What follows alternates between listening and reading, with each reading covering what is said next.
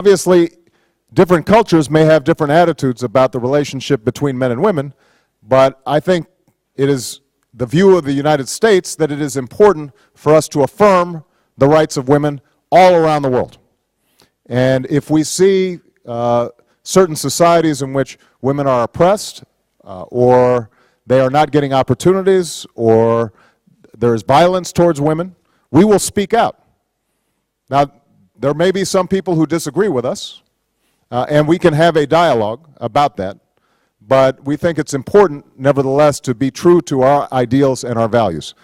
And when we do so, though, we will always do so with the humility and understanding that we are not perfect, and that we still have much progress to make. If you talk to women in America, they will tell you that there are still men who have a lot of old-fashioned ideas about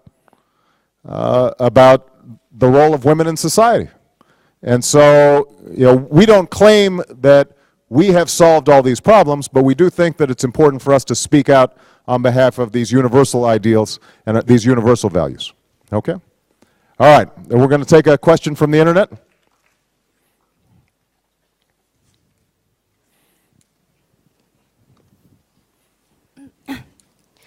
Hello, Mr. President. It's a great honor to be here and meet you in person. Thank you. My name is Zhang Xin. I'm from Shanghai International Studies University. I'll be reading a question selected on the internet to you.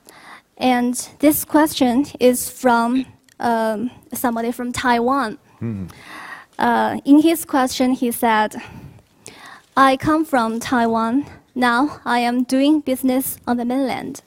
And due to improved cross-strait relations in recent years, my business in China is doing quite well. So when I heard the news that some people in America would like to propose continue selling arms and weapons to Taiwan, I began to get pretty worried. I worry that this may make our cross-strait relations suffer. So I would like to know if, Mr. President, are you supportive of improved cross-strait relations? And although this question is from a businessman, actually it's a question of keen concern to all of us young Chinese students. So we'd really like to know your position on this question. Thank you. Thank you.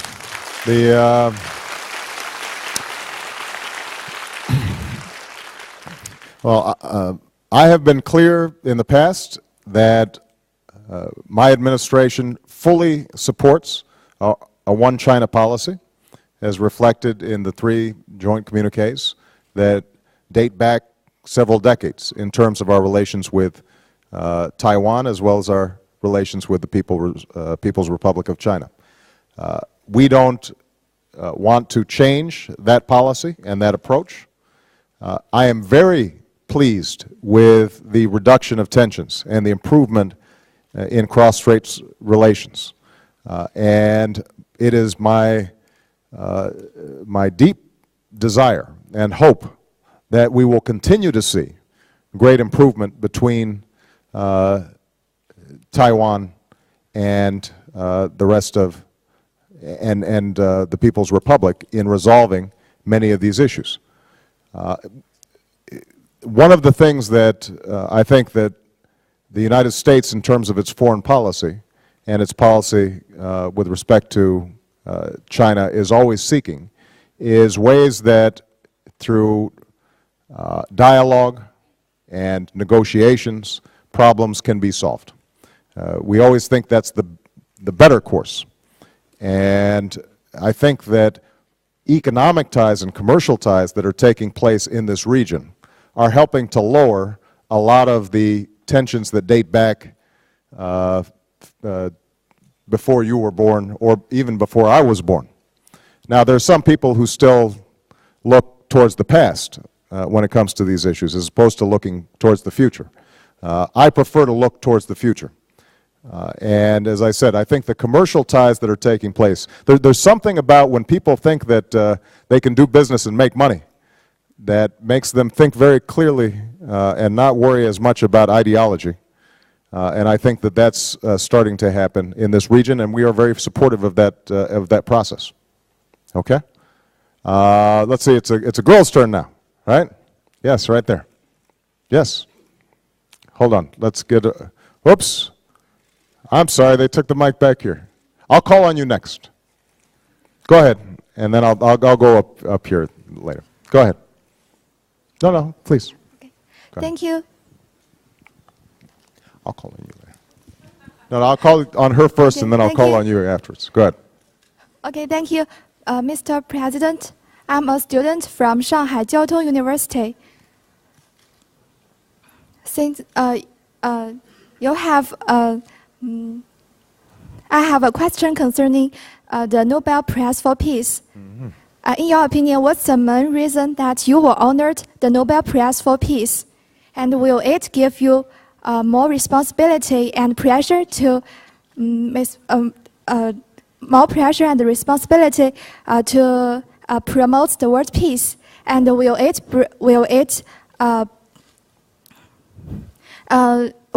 bring you? Will it influence your ideas while dealing with the international affairs? Thank you very much. Thank you. That was an excellent question. You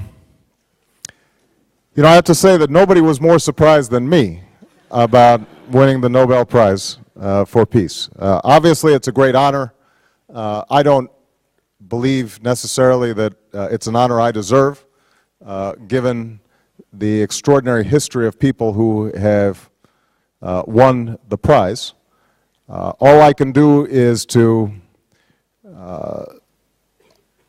with great humility, accept the fact that I think the committee was inspired by the American people and the possibilities of changing not only America, but also America's approach to the world.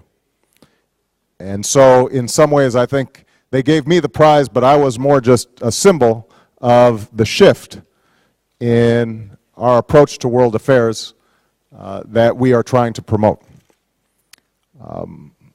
In terms of the burden that I feel, I am extraordinarily honored to be put in the position of president. And as my wife always reminds me when I complain that I'm working too hard, she says, you volunteered for this job. And so you know, there's a saying, I don't know if there's the similar saying in China, we have a saying, you made your bed, now you have to sleep in it. And it basically means you have to be careful what you ask for because you might get it. I think that all of us have obligations for trying to promote peace in the world. It's not always easy to do.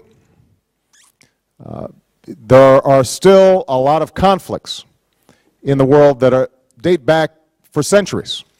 If you look at the Middle East, there are wars and conflict that are rooted in arguments going back 1,000 years.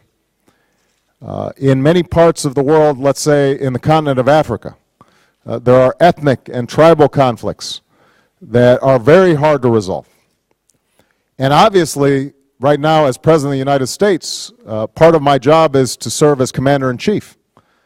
And my first priority is to protect the American people.